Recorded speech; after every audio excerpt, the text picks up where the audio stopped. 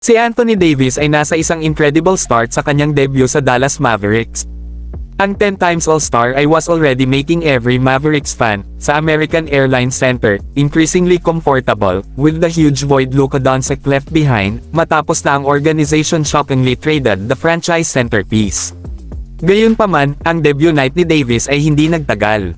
He could only play 31 minutes after suffering a non-contact groin injury late in the third quarter. Si Davis ay instilled faith in the home crowd matapos ang isang explosive na first 12 minutes.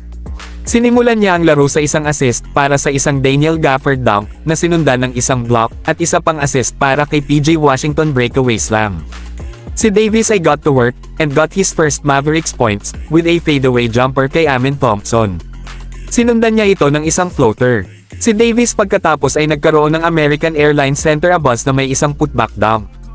He also declared his arrival with that play habang siya ay sumigaw, "I'm here," nakakumbinsi ng mga fans na ibibigay niya ang lahat sa franchise. Natapos ni Davis ang unang quarter na may 14 na puntos, 8 rebound, 3 assist at isang block, shooting 6 of 8. The Mavericks led 33-20. Bumalik si Anthony Davis upang maglaro ng isa pang 8 minutes sa second quarter. Ang star big man ay patuloy na nag-dominate, adding 10 more pang mga puntos sa kanyang tally na may 5 rebound, 2 assist at 2 blocks.